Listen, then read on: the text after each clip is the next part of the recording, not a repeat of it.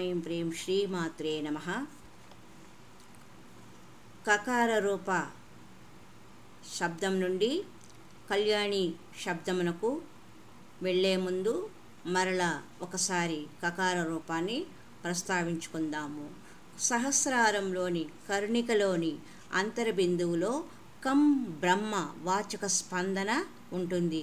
ఆ స్పందననే కకార రూప అమృత ప్లావనం యోగ కుండలిని మార్గం ద్వారా వారి అంతరంగంలో బ్రహ్మరంధ్రం ద్వారా జరుగుతుంది.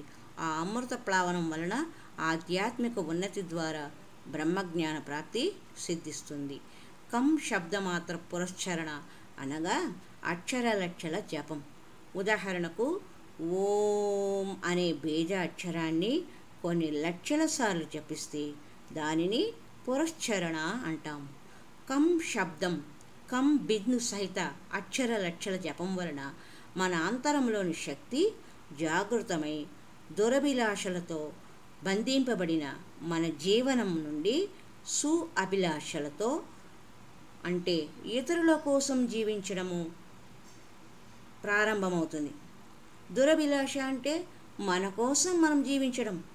మనం ఇతరుల కోసం జీవిస్తే దైవత్వము ఈశ్వరీయత్వము నీలో జాగృతమై ఆ మూలమంత్రము ఆకాశమంతా వ్యాపిస్తుంది. ఖం ఖం ఖం బ్రహ్మ చాందోక్య ఉపనిషత్తులో చెప్పినట్లు ఖం బ్రహ్మజ్ఞానం యొక్క అవస్థ. కర్తుం అకర్తుం అన్యదా కర్తుం లోని అనుభూతి యొక్క కళ్యాణకారి జీవనం స్వయం శక్తి ఇతరులకు ప్రసాదించగలిగిన శక్తి కలిగిన వారే స్వయం బ్రహ్మజ్ఞాని. వారినే అవధూతలు అంటారు. వారే సత్యము దైవత్వము నిత్యము. వారే ఈశ్వరీయత పూర్ణ ప్రాప్తి ఇవ్వగలిగిన వారు. ఓం కకార రూపాయై నమః నామం మననం వలన మనము పంచదశ శిలగా బ్రహ్మజ్ఞాన స్థానం దగ్గరకు వెళతాం. అక్కడ బ్రహ్మవత్ బ్రహ్మవైభవతి అనే బ్రహ్మజ్ఞానం యొక్క అనుభూతి సిద్ధాంతపరంగా కలుగుతుంది. కం నేను బ్రహ్మ అని తెలుసుకోవడము, దానిని మనము ఆచరణలో తెలుసుకోవాలంటే ఒక చిన్న ఉదాహరణ. కం అనే శబ్దము అర్థము నేను బ్రహ్మ అని తెలుసుకోవడం. ఆ బ్రహ్మ అనే తెలుసుకునే దాన్ని ఎలా తెలుసుకోవచ్చు అన్నదానికి బాహ్య ప్రపంచంలో జరుగుతున్న విషయాలని ఉదాహరణ. మనము కాలేజీలో చదువుతున్నప్పుడు సైన్స్ టీచరు సైన్స్ ల్యాబ్లో ఒక టెస్ట్ ట్యూబ్ తీసుకొని విడిగా ఒకదానిలో ఆల్కహాలు యాసిడ్ వేసింది.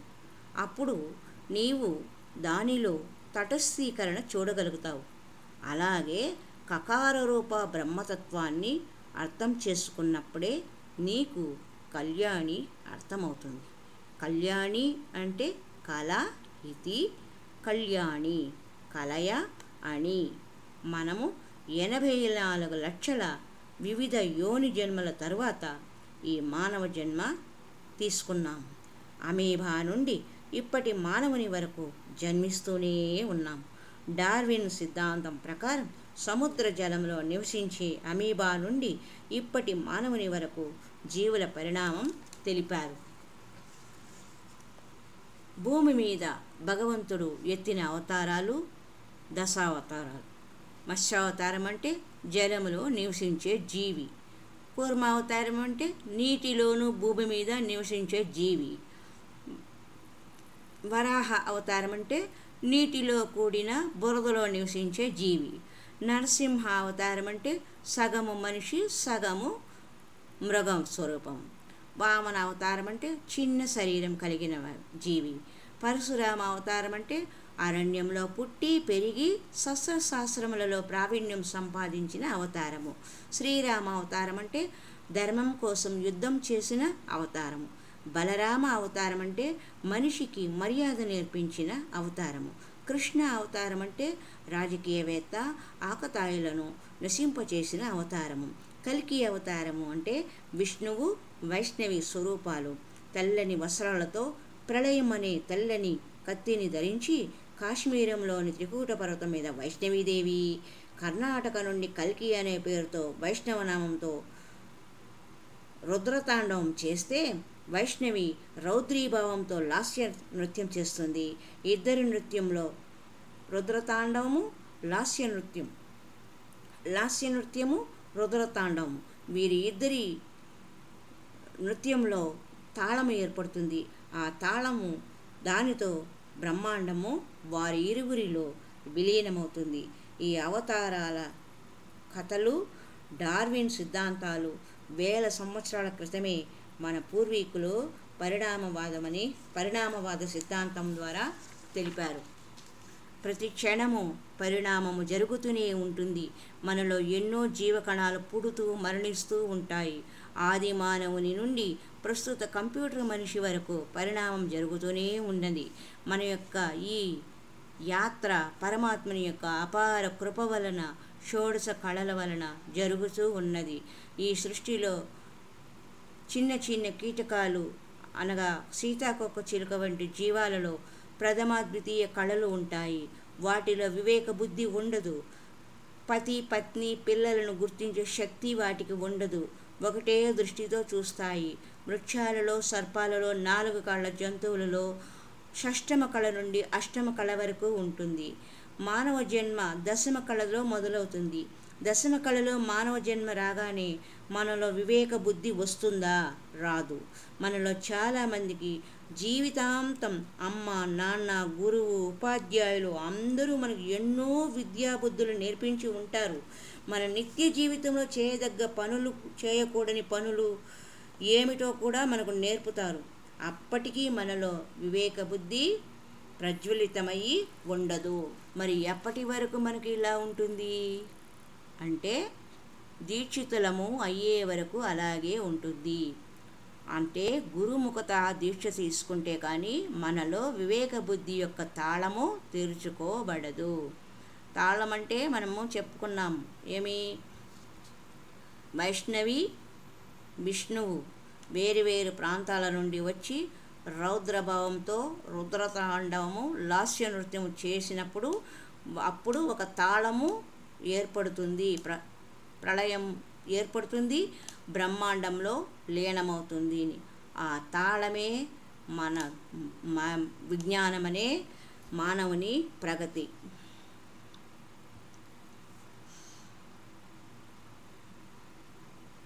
గురు దర్శనం వలన స్పందన లభిస్తుంది.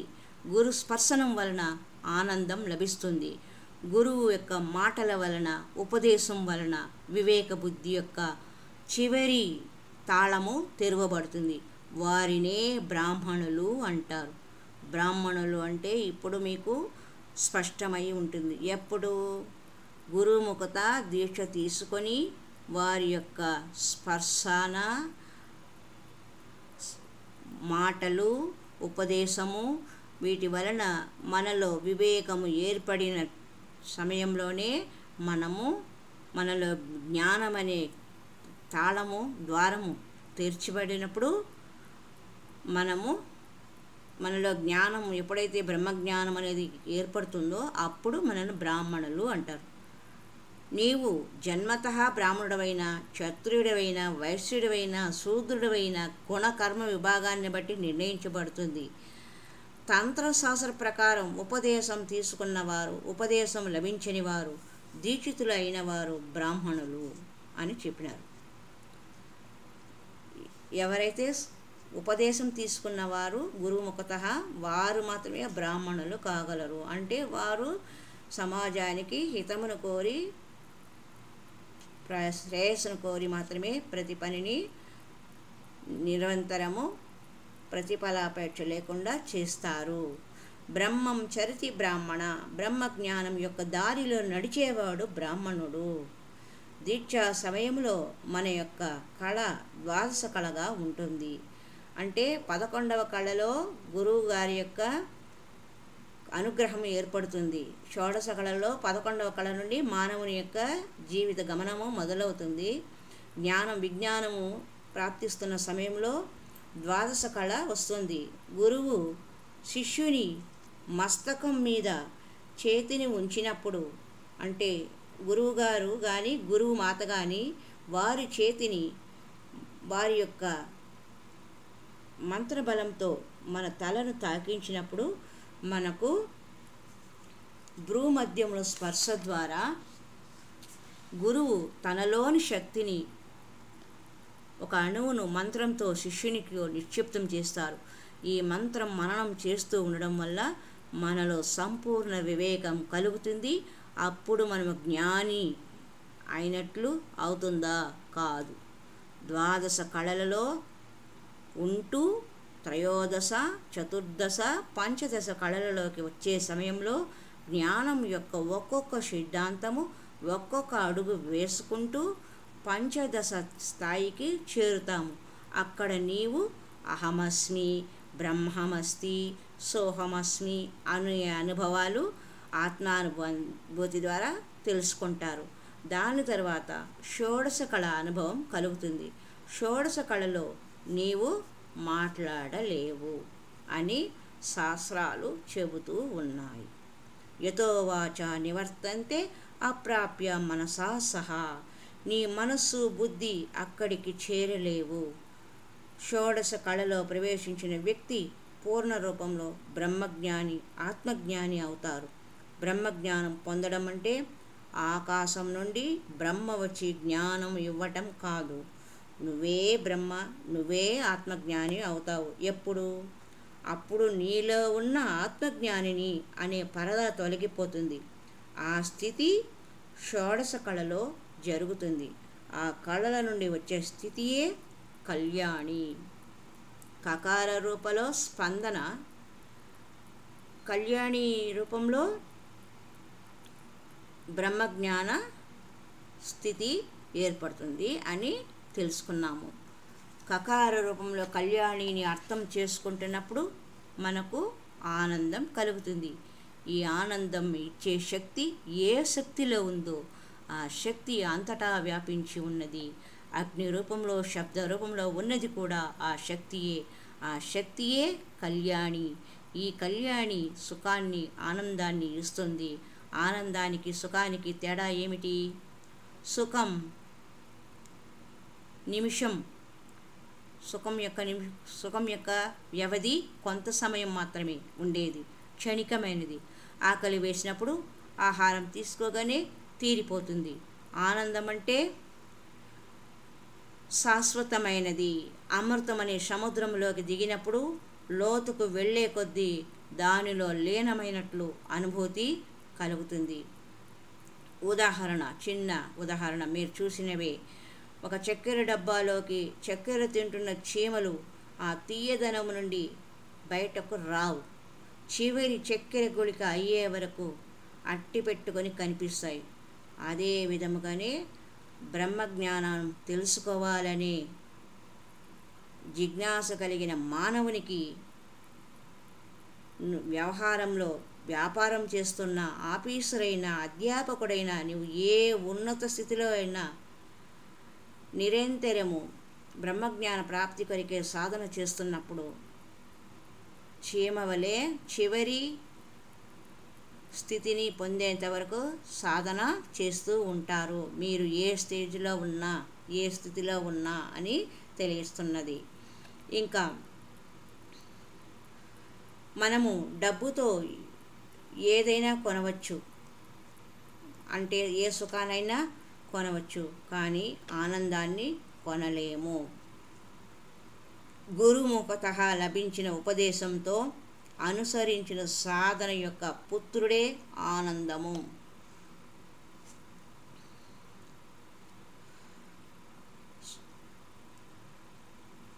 ఆనందం పతి పత్ని యొక్క సాఫల్యతే పుత్రుడు.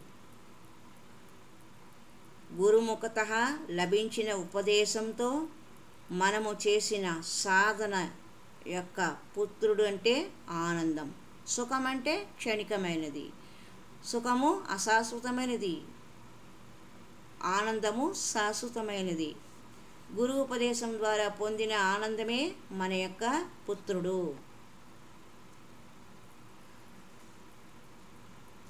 గురువు యొక్క ఉపదేశము, మన సాధన, వీటి రెండింటి ద్వారా ఏర్పడిన కలయికతో ఏర్పడినదే ఆనందము.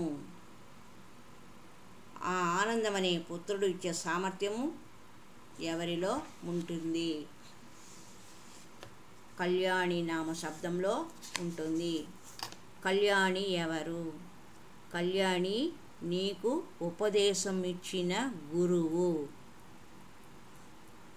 స్వయం నీకు కళ్యాణము శుభం జరగటానికి నీకంటే కూడా నీ గురించి ఎక్కువ ఆలోచించేది ఎవరు? గురువు మరియు గురువుతో పాటు సహాయంగా వచ్చే భగవతి శక్తి. అందుకే గురుకృపాహి కేవలం, గురుకృపాహి కేవలం, గురుకృపాహి కేవలం, గురుకృపాహి కేవలం, గురుకృపాహి కేవలం. గురువు యొక్క కృపతోనే మనము కళ్యాణిని సంపూర్ణంగా అనుభూతిని పొందగలము, కళ్యాణి స్వరూపాన్ని తెలుసుకోగలము. గురువు ఉపదేశిస్తారు. భగవతి మన సాధన అనే భగవత్ శక్తియే గురువు ఉపదేశానికి తోడైనప్పుడు మనకు కళ్యాణి అనే ఆనంద అనుభూతిని మనము పరిపూర్ణంగా పొందగలము. సామ్రాట్ ఆనందం నుండి బ్రహ్మానందం వరకు ఉన్న అవస్థయే కళ్యాణి. అది 2 రకాలు: బాహ్యమైన సుఖము, అంతరంలోని ఆత్మానందం. ఈ ఆనంద అవస్థలో ఉన్న వ్యక్తులు వాస్తవంలో మనము చూస్తూ ఉంటాం. ఇలాంటి వారు నివసించిన స్థలాలు పుణ్యక్షేత్రాల సమీప ప్రాంతము, లేదా శక్తిపీఠాల సమీప ప్రాంతము, లేదా దండకారణ్యము, నైమిషారణ్యము, జీవనదుల పుణ్య నదుల సమీప ప్రాంతాలుగా ఉంటాయి ఈ గురువులుగా మనకు లభించేవారు. ఋషిలోకము పునర్జన్మ ఎత్తితే అవధూతలుగా జన్మిస్తారు. వారు షోడశ కళలను అభ్యసించిన వారే ఉంటారు. వారి ఆనందావస్థ షోడశ కళగా ఉంటుంది. అంటే వారు ఆ అవస్థలో ఏమీ మాట్లాడలేని స్థితిలో ఉంటారు. చూడటానికి మతిస్థిమితం లేని వారిలా కనిపిస్తారు. అలాంటి వారిని ఎండ కానీ వాన కానీ వారిని ఏమీ చేయలేవు. మనం కూడా సాధన చేస్తే ఈ అవధూతల అవస్థ అనుభూతిని పొందవచ్చు. దానికి మనము ఇల్లు వాకిలి వదిలివేయనక్కర్లేదు. బ్రహ్మజ్ఞాన ప్రాప్తి యొక్క అవస్థ కళ్యాణి సహాయంతో మనము ఆ అనుభూతిని పొందవచ్చు. చేయవలసినది, కావలసినది ఈ ఆధునిక యుగంలో ఏకాంత ప్రదేశము, ప్రశాంతమైన వాతావరణం, యుక్తాహారము, అవగాహన సామర్థ్యము కలిగిన మనుషుల మధ్య జీవించడం. సాధారణ కనీస అర్హతలు వయస్సు, మనస్సు, బుద్ధి, రూపం, గుణం, ఆకారం ఏవి సాధనకు అడ్డుగోడలు కావు అనే వాస్తవం గ్రహిస్తే ప్రతి ఒక్కరూ షోడశ కళలను అభ్యసించి సాధన ద్వారా కళ్యాణి స్థితిలో బ్రహ్మజ్ఞాన ప్రాప్తి యొక్క అవస్థను, అనుభూతిని పొందవచ్చు అని